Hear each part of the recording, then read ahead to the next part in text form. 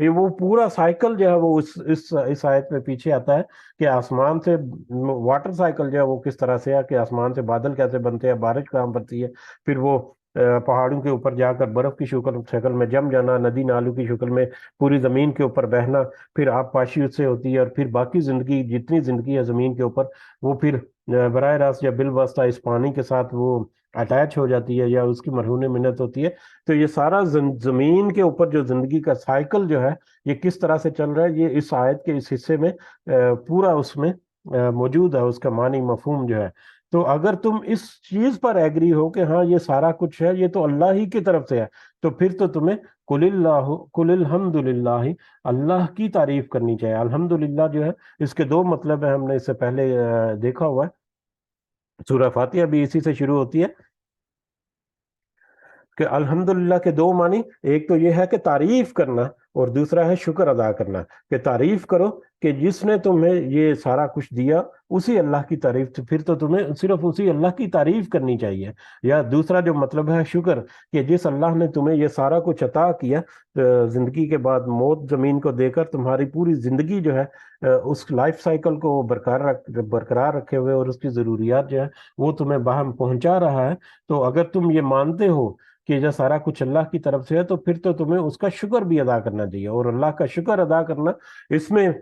مزید جو ہے وہ چھپا ہوا ہے کہ اللہ کا شکر کیسے ادا ہو سکتا ہے، اس کی بندگی کر کے، اس کی توحید کے اوپر ایمان لا کے، اور اس کے احکامات کی پاسداری کر کے اس کا شکر ادا کیا جا سکتا ہے۔ تو اگر تم یہ ان باتوں، ان بڑی بڑی اللہ کی قدرت کی باتیں جو ہے ان کے اوپر تم یقین رکھتے ہو، تو پھر تو تمہیں اللہ کی تعریف کرنی چاہیے، صرف اسی اللہ کی تعریف کرنی چاہیے، یا صرف اسی اللہ کا شکر ادا کرنا چاہیے جس نے تمہیں یہ سارا کچھ عطا کیا۔ اس کے باوجود بل اکثرہم لا یعقلون، اس کے باوجود ان کے اکثر جو ہے وہ نہیں سمجھتے بہت ساری چیزیں، مطلب ان کی سمجھ بوجھ میں، ان کی عقل میں، ان کے دل جو ہے ان کی گواہی دیتے ہیں، لیکن اس کے باوجود وہ زبان سے اس کا اقرار نہیں کرتے۔ بات وہی ہے کہ بھروسہ نہیں کرتے کہ اللہ نے جو کہہ دیا وہ کل کو سچا بھی ہوگا۔ جو اس دنیا میں بھروسہ نہیں کرتا اس کا انجام تو پھر آخرت میں خسارے والا ہوگا۔ تو یہ سارا کچھ سمجھ لینے کے باوجود بھی جو اللہ کی باتوں کے اوپر بھروسہ نہ کرے، اور اس کے باوجود جو انکاری رہے، تو ایسے لوگوں کے ساتھ پھر اللہ تعالیٰ وہی معاملہ کرتا ہے جس کا ہمیں ذکر ملا۔ اللہ تعالیٰ سے دعا ہے کہ اللہ تعالیٰ ہمیں جو ہم پڑھ رہے ہیں، جو سمجھنے کی کوشش کر رہے ہیں، اس کے صحیح معنی مفہوم ہمارے دلوں میں اتار کر ہمیں اپنی اصلاح کرنے کی توفیق عطا فرمائے، اور ہمیں اپنے ساتھ ساتھ اپنے ساتھیوں کی اور اپنے فیملی کی اور اپنے باقی جو احباب ہیں ان کو بھی اس راستے پر لانے کی توفیق عطا فرمائے، اور جو بھی ہمارے ٹوٹے پھوٹے اعمال ہیں ہماری نیتوں کے مطابق، اللہ تعالیٰ ہماری نیتوں کو مضبوط اور درست رکھے، اللہ تعالیٰ ہمیں اپنے ایمان کو مضبوط رکھنے کی قوت و طاقت عطا فرمائے، اور اس دنیا میں ہمیں اپنے ایمان کو بچا کر اتنے عمل کرنے کی توفیق اللہ تعالیٰ عطا فرمائے کہ جس سے ہم پہلے ہی بیچ میں کامیاب ہونے والے لوگ جو ہیں ان میں شمار ہو جائیں۔ آمین یا رب العالمین، وما علینا الا البلاغ المبین۔ جی اگر کوئی اضافہ کرنا چاہ رہے ہیں آپ تو کر سکتے ہیں، جزاکم اللہ خیرا کثیرا۔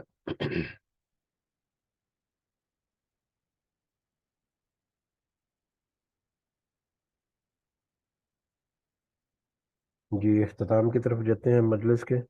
سب کو دعا میں ضرور یاد رکھیں،